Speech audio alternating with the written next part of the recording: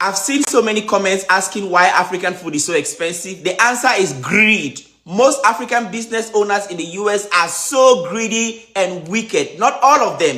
Ooh, hey guys, hi YouTube, welcome back to my channel. Before I do that, I literally just picked up my son from school. I'm thirsty. I really was craving coconut water. Coconut water! Videos that are going viral right now where people are talking about how ridiculous some of the prices are for a lot of African restaurants. And it was more focused on more Nigerian food restaurants and type of stuff, but it's a lot of other African restaurants that are doing the same thing. So a lot of people are mad, okay? They're like mad, okay? They're like, this is way too high. So they're talking about how like you can get a little bit of fish with like 4 plantain and it's already $50, $70. And on top of that, some of the food doesn't even taste good. So we're catching cruise, okay? Like Nigerians say, we're catching cruise. This is light, you know, this is just for fun, kind of like, I had to put my 2 cents in, okay? So I've eaten at 2 Nigerian restaurants. The first one was okay. The customer service was decent. The second one though, I went for the puff up. That's my thing. Okay, that thing that looked like mandazi is so good. Okay, so that will take me there.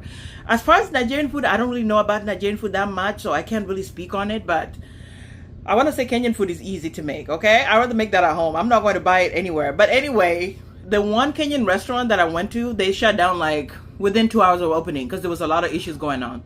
Anyway, that's neither here or there. But one of the things that they say that the reason why the prices are higher is for maybe a little bit of some of the ingredients have to be imported, which kind of makes sense.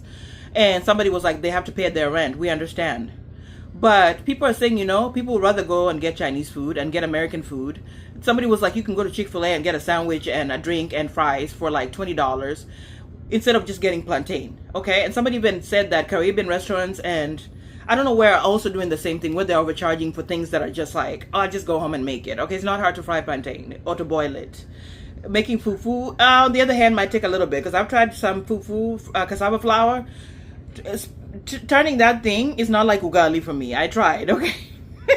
So a lot of people are really not happy. And they're literally like, you know what? If all the Africans that do support a lot of African restaurants stop going, like they would not have any customers, which totally makes sense.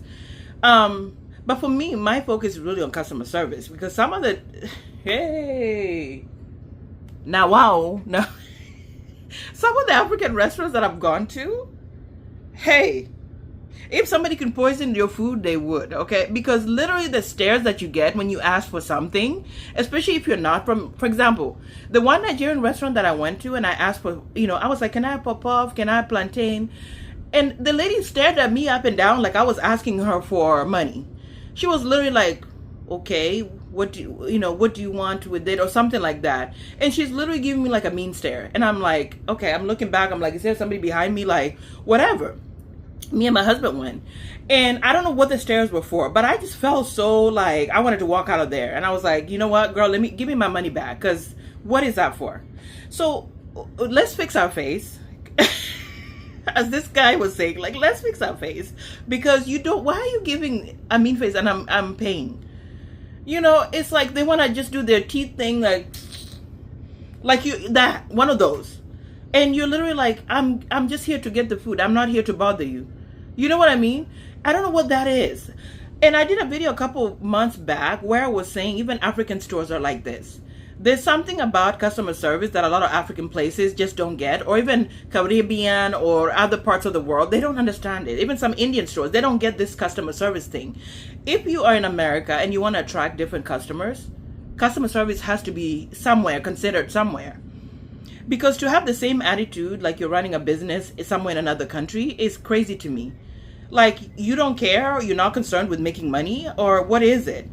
Because literally sometimes customer service, your prices might be high, but people will stay because they're like, oh, I like how I was treated there. I'll come back. I'll bring other people with me. That's what I've done. Customer service is everything to me. Now that I want to say when I get older, before I didn't care too much, but I would literally sit there and do my little review because and when somebody does an amazing job and making you feel so great, I thank them. And I said, is there something I can do to help? Can I talk to your manager and let them know how amazing you're doing? Because these things matter. When I used to work at stores, the people that went above and beyond and did surveys for me, that thanked me and said, thank you for being there. it made everything, like, it made me feel so great. And it made me, no matter how bad work was sometimes, I was like, somebody was appreciative. I try to say thank you as much as I can to people. I fix my face. I used to fix my face. Some days were hard, you know. I'm naturally an outgoing person, easy for me. But there's some days that I didn't feel like being at work, and I literally was like cheery because I'm like, I know how that means to somebody when they walk in and you're giving a nasty attitude. You know, I was sitting in one of the African restaurants and somebody put the food there, like they wanted to throw the platter on me, like just on me. And I'm like, are you okay? Like, is this secret silent stares that are just out of place? Like, you know me somewhere and we've had an argument before, like, you just, hey, wow. Like, I'm not even going to pretend to even do customer service. I'm just not going to even do it. I'm just going to be like, what do you want? Cross my arms like this, give you nasty looks and be like, you know what I mean?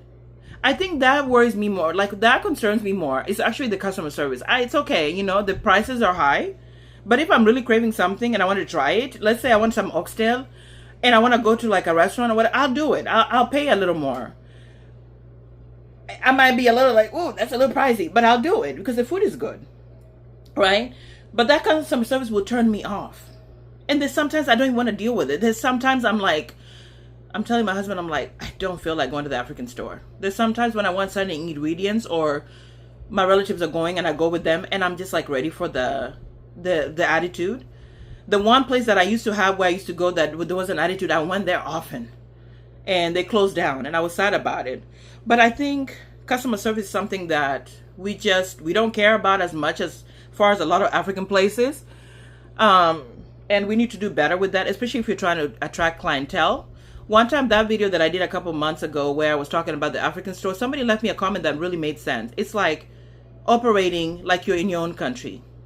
And that's not fair because sometimes the people that are going to support you are people of other places. So, you know, there's Black Americans that have said they've gone to a lot of African stores and they feel really bad, like they feel mistreated and things like that. They don't want to go back. Why do you want to lose those kind of clientele? I know you don't care, you know, you're like, whatever. But why can we be a little more relaxed and open? It's literally a customer service. Like, you're literally working in an industry that you're seeing a lot of people. I understand if it was your little business, you don't have to talk to people. But if, let's say the days that you're not making that money from your African clientele, the other people can make up for that just by simply being nice. That's it. Just saying hello. How can I help you? Not with a stank face. I mean, that is the one thing I really wanted to really talk about that really bothers me is that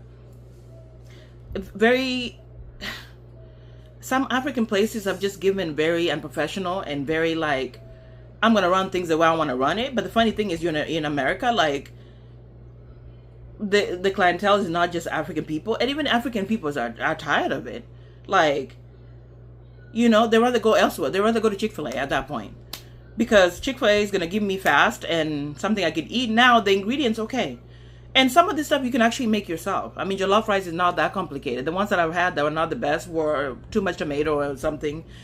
Maybe too intense for me. But people can literally learn. There's actually TikTok recipes that you can follow and make your own jollof rice. So at this point, I'm just like, it's not so much the prices too, but it's the attitude. You know, like somebody doesn't want to be there. Somebody, if they could just spit on your food and give it to you, they would in front of you to show you they don't care. They don't want you there, but they do because they want the money. So I don't understand.